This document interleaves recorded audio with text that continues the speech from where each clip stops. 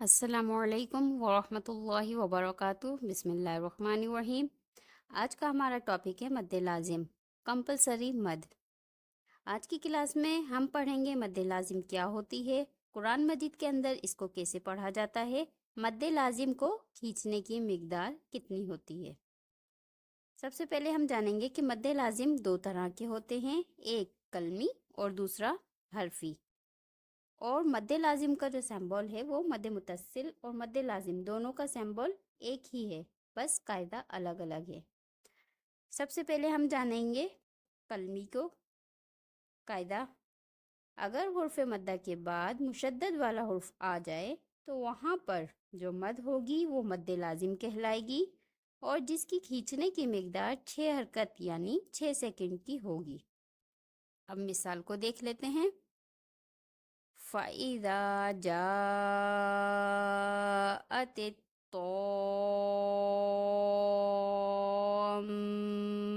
الْكُبْرَىٰ فَإِذَا جَاءَتِ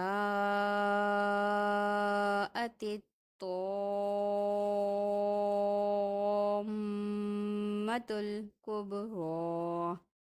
یہاں پر دیکھیں حرف مدہ کے بعد حمزہ آ رہا ہے اور مد بھی ہے۔ تو یہ ہم نے مد متصل میں پڑھا تھا کہ حرف مدہ کے بعد حمزہ اسی لفظ میں آ جائے تو وہاں پہ مد متصل ہوگا، لیکن اسی ہی آیت میں یہاں پہ دیکھیں طامۃ الکبریٰ، یہاں دیکھیں حرف مدہ کے بعد مشدد والا حرف آ رہا ہے۔ ہم نے قاعدے میں پڑھا کہ حرف مدہ کے بعد مشدد والا حرف آ جائے تو وہاں پر جو مد ہوگی وہ مد لازم کہلائے گی۔ تو یہاں پہ مد لازم ہو رہی ہے، میم مشدد ہے، حرف مدہ کے بعد میم مشدد آ رہا ہے تو یہاں پہ مد لازم ہو رہی ہے۔ فَإِذَا جَاءَتِ الطَّامَّةُ الْكُبْرَىٰ۔ ایک اور مثال دیکھ لیتے ہیں۔ وَلَدْ ضَالِّينَ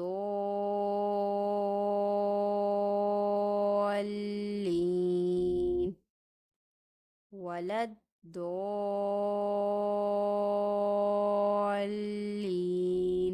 حرف مدہ کے بعد لام آ رہا ہے، مشدد والا ہے، تو یہاں پہ مد لازم ہو رہی ہے۔ اب حرفی کی طرف آتے ہیں۔ حرفی کا قاعدہ ہم نے حروف مقطعات پڑھے ہیں، سب کو معلوم ہوگا حروف مقطعات کے بارے میں۔ حروف مقطعات کے اوپر جو مد ہوتی ہے وہ بھی مد لازم ہوتی ہے، اور اسے بھی 6 سیکنڈ تک کھینچنا ہوتا ہے۔ اب ہم مثال کو دیکھ لیتے ہیں۔ الف لام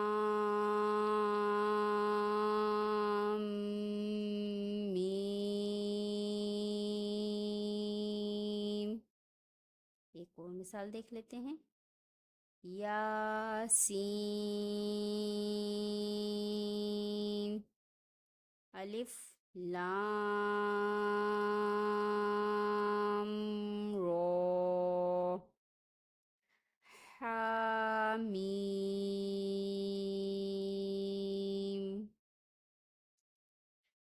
بس ہمیں اتنا یاد رکھنا ہے، مد متصل حرف مدہ کے بعد حمزہ آ جائے تو مد متصل ہوگی، مد لازم حرف مدہ کے بعد تشدید والا حرف آ جائے تو مد لازم ہوگی، اور حروف مقطعات کو بھی 6 سیکنڈ یعنی 6 حرکت تک پڑھنا ہے، کھینچنا ہے۔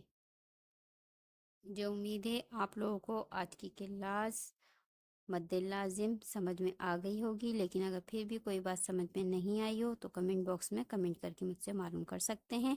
اس کے ساتھ ہی مجھے اجازت دیجیے، دعاؤں میں یاد رکھیے گا۔ اللہ حافظ۔